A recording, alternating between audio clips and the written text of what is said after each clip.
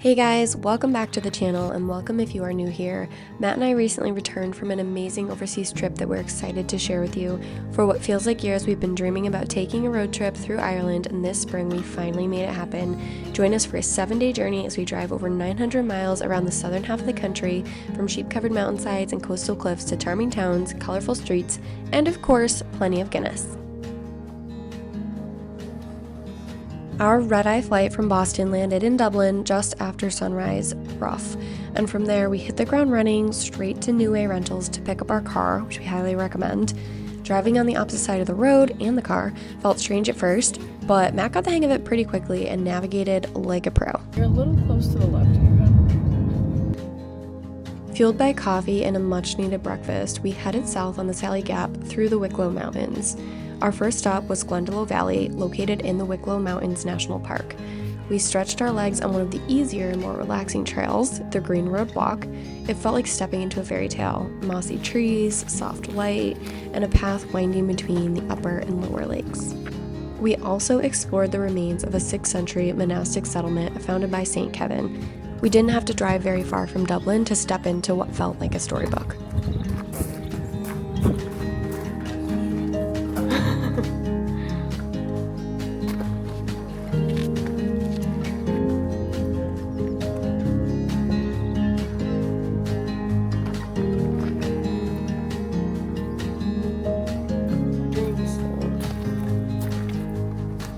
The weather was an absolute dream, mostly sunny and in the 60s, which ended up setting the tone for the whole week.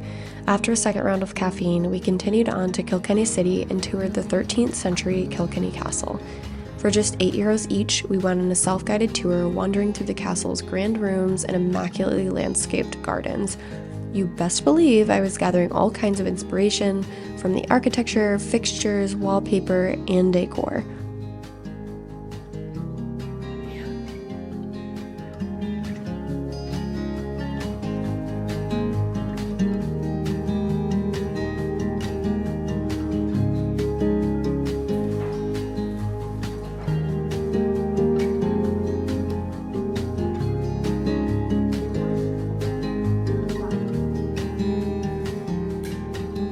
I was completely taken by the picture gallery, added in the early 1800s. It gave me serious Hogwarts vibes, not to mention the frames and artwork were absolutely stunning.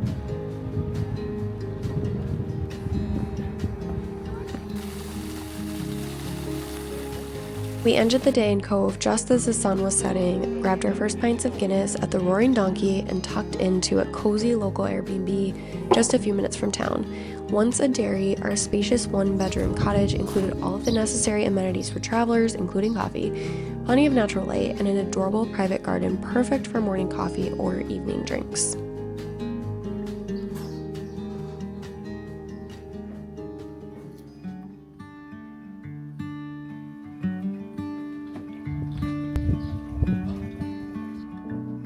We soaked up the charm of Cobh the next morning, marveling at St. Colman's Cathedral. Unfortunately, they were having mass, so we couldn't tour inside at the time, and the iconic, colorful houses that climb up the steep streets. It reminded me a little bit of San Francisco.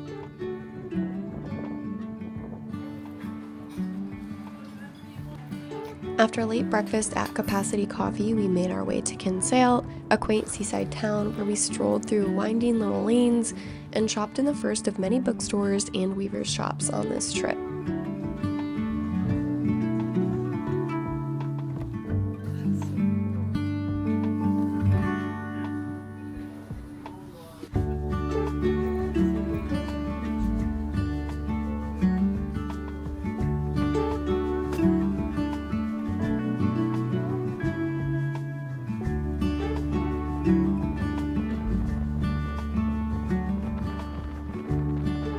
Somewhere along the Wild Atlantic Way, we had our first sheep sighting, truly a highlight, and continued on to Sheep's Head Peninsula.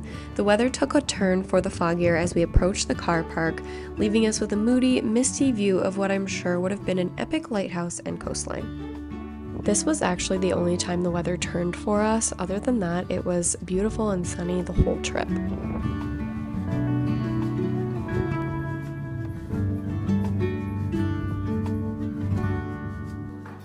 We made it to Kenmare in time for a cozy dinner, a few pints of Guinness, and live music at P.F. McCarthy's, then checked in to Sheen Falls Lodge, our home base for the next 3 nights and easily our favorite accommodation of the trip. It was a real treat.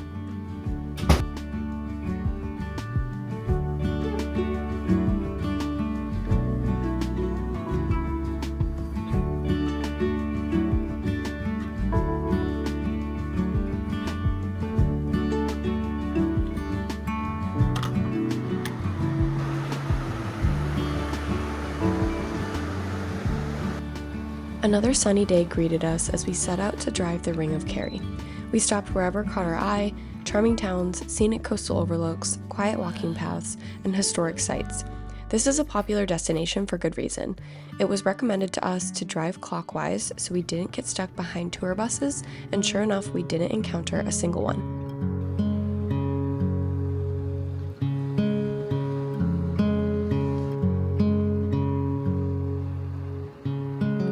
I think one of the best parts about this trip was that it kind of led us. We didn't always know what we were going to see or where we were going to stop and explore. We were moving at a pretty brisk pace to cover as much ground as possible, so the hardest part was really not stopping more frequently, but that just means there's more for us to discover on a future trip.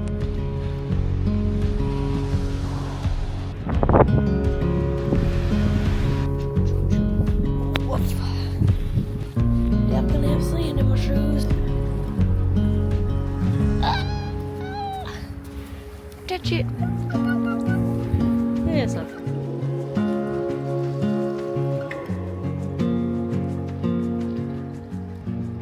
You could easily slow down and spend a few days exploring various stops along this route, but one of our favorites was Derrynan Abbey, a peaceful seaside cemetery only accessible during low tide with sweeping views of the Atlantic.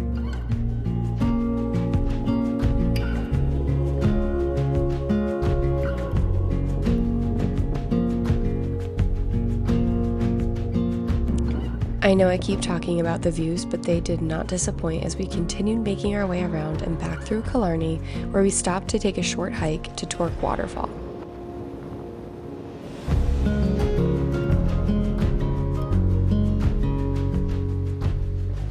A steep climb up a set of stone steps past the waterfall led to a scenic lookout through the trees over Killarney National Park.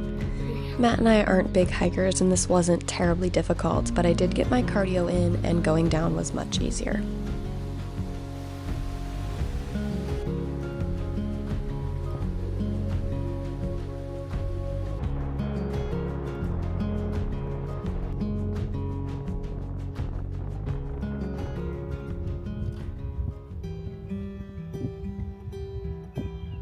I grew up on a small sheep farm, so you'd think I'd be sick of them, but seeing hundreds of flocks grazing across the mountains and valleys never got old.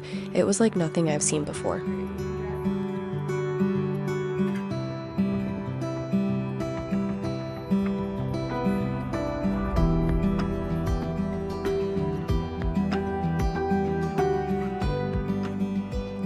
After a packed couple of days, we decided to slow things down a little bit. I booked a massage at the lodge's Isana Spa, and Matt played a solo round of golf at the Ring of Kerry Golf Club. Lucky guy had the entire course to himself.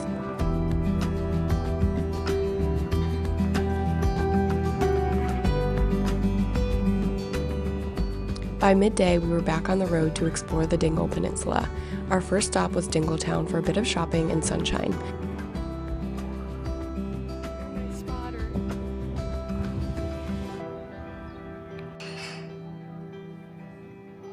It honestly felt like a summer day. Everyone kept commenting on how lucky we were with the weather, so naturally we made the most of it and joined the line for ice cream at a local favorite, Murphy's.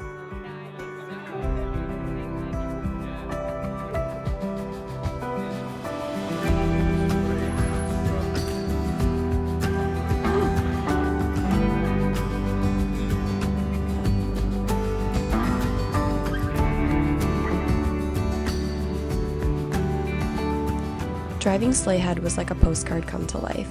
We eventually made it to Duncan Pier, a narrow path tucked into the cliffside, winding all the way down to the water with views of rocky peaks. Its quiet, otherworldly nature almost makes it feel like its own island.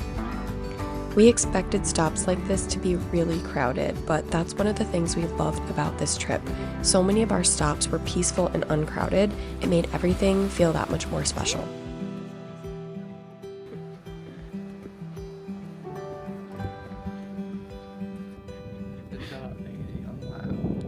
On the way back to the lodge, we took the Connor Pass, one of the highest mountain passes in Ireland.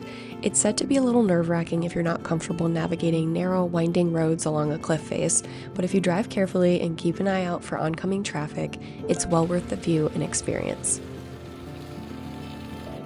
We enjoyed our third and final morning at Sheen Falls, soaking up every last second, strolling the sun-kissed, picturesque grounds before hitting the road again.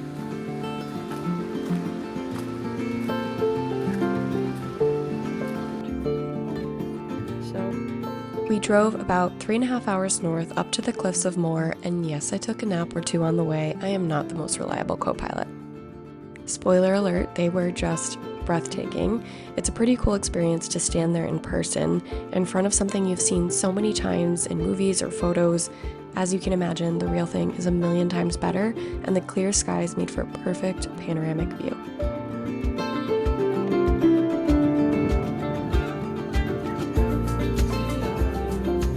We wrapped up the day in Galway, checking into the sweetest B&B called The Stop, and spent the morning walking around the city. I lost a little steam on recording here, but I'll share some recommendations in the description below. Our final leg brought us back to Dublin, where we made it just in time for our afternoon tour at the Guinness storehouse. We did purchase tickets in advance.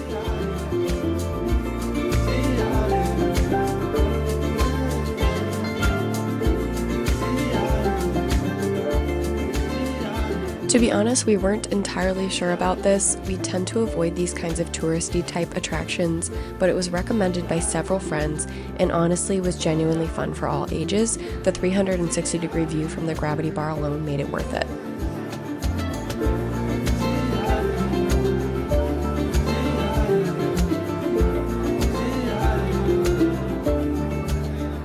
We checked into the Alex, which was exactly what we needed after a long week of travel. Great location, walkable, and probably the most comfortable bed of them all.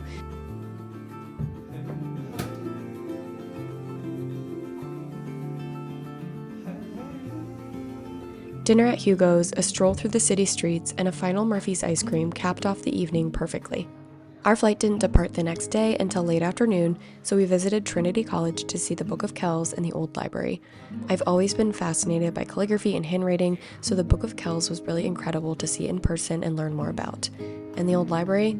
Pure magic, like walking into the wizarding world for real. A lot of the books had actually been removed for cleaning, but they did have a couple of bays loaded up with books, so you can kind of visualize what it would look like filled with books.